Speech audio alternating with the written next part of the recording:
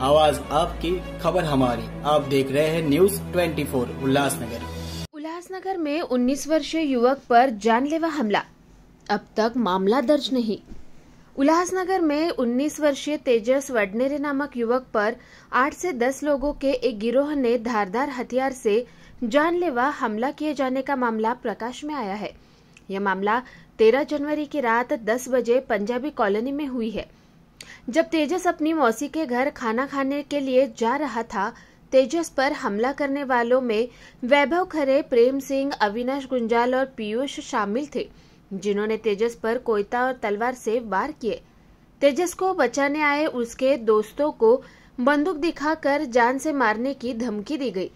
इस हमले में गंभीर रूप से घायल तेजस को कल्याण के एक निजी अस्पताल में भर्ती किया गया है।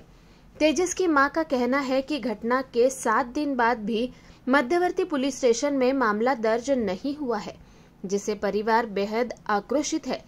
इस घटना ने पुलिस की कार्यप्रणाली पर सवाल खड़े कर दिए हैं।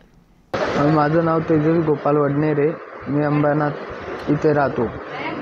मी माझ्या मावशीच्या घरी चालला होता जेवण करायला उल्हासनगरला। तिथे 13 तारखेला रात्री 10 वाजता जेवण करायला चालला होता, तर तिथेच मध्ये मला पोरगे लोकांनी बघून मला मारहाण करायची चालू केलं डायरेक्ट। कोण पोरं होते, किती पोरं होते? ते लोक होते 8-9 जण होते। त्यांच्यामधले 4-5 जणांचं नाव माहिती मला। एकाचं नाव प्रेम सिंग, वैभव खरे, अविनाश गुंजा आणि पीयूष।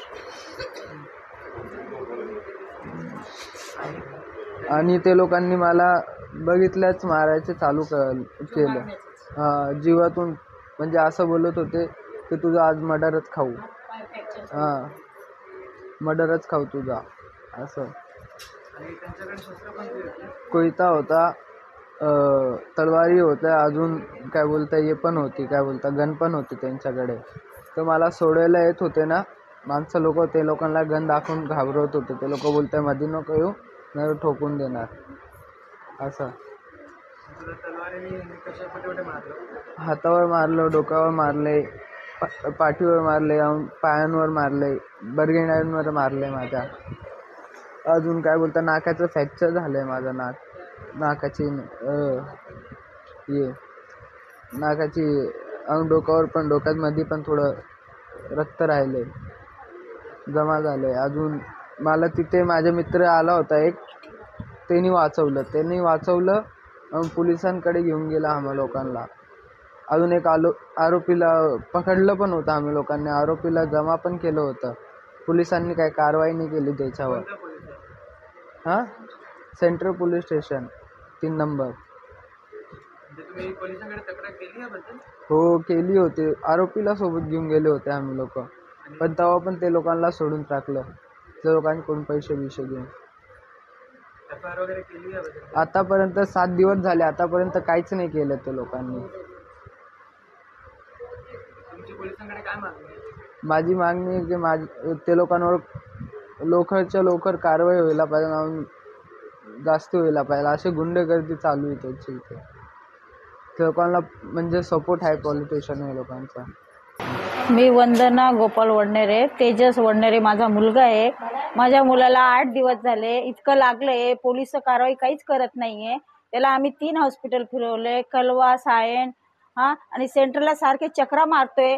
ते साहेब आमची तक्रार नोंद करतच नाहीये। आणि माझा पोरगाला इतकं लागून तो स्वतः गेला, आरोपी सोबत असताना त्याच्यावर एकही कारवाई केली नाही त्यांनी। आणि माझ्या मुलाला आताही इतका त्रास होतोय, 1 रुपये पण बघायला आलं नाही। पोलीस स्टेशनचे सगळे बोलतात करू आम्ही, आता 8 दिवस झाले, अजून आमची लेखी काहीच लिहून घेतलेली नाहीये त्यांनी। माझ्या मुलावर कोयता मारला गेलाय आणि माझा मुलगा बहिणीच्या घरी जेवण करायला चालला होता, त्या मुलांनी पाहिल्याबरोबर हत्यारे घेऊन आले आणि 8-9 पोरांनी मारलं। आणि 4 आरोपींचे नावं माहिती आहे त्याला, अजूनही ते पोलिस काही करत नाही त्याच्यावर कारवाई। आणि मला न्याय मिळवून द्यावा, यांनी माझ्या मुलाला इतकं मारलंय, त्याच्याबद्दल त्यांना कडक शिक्षा झाली पाहिजे। माझ्या मुलाला आज मी नसतं वाचवलं, माझा मुलगाला ते खलास करायचा प्रयत्न केला त्यांनी। पोलिसांकडे काय मागणी तुमची? माझ्या मुलाला न्याय मिळवून द्यावा, त्याचं इतकं जीवापासून मारण्याची धमकी अजूनही देत आहे ते। कुठे भेटला की त्याला मारू, आणि दुसरे मित्र बोलतात की त्याला कशाला तुम्ही सोडलं, पूर्ण खलास करायचं होतं ना. अजूनही धोका आहे माझ्या मुलाला. तर मी पोलिसांना पण विनंती करते की माझ्या मुलाचं रक्षण करा आणि माझ्या मुलाला न्याय मिळवून द्या.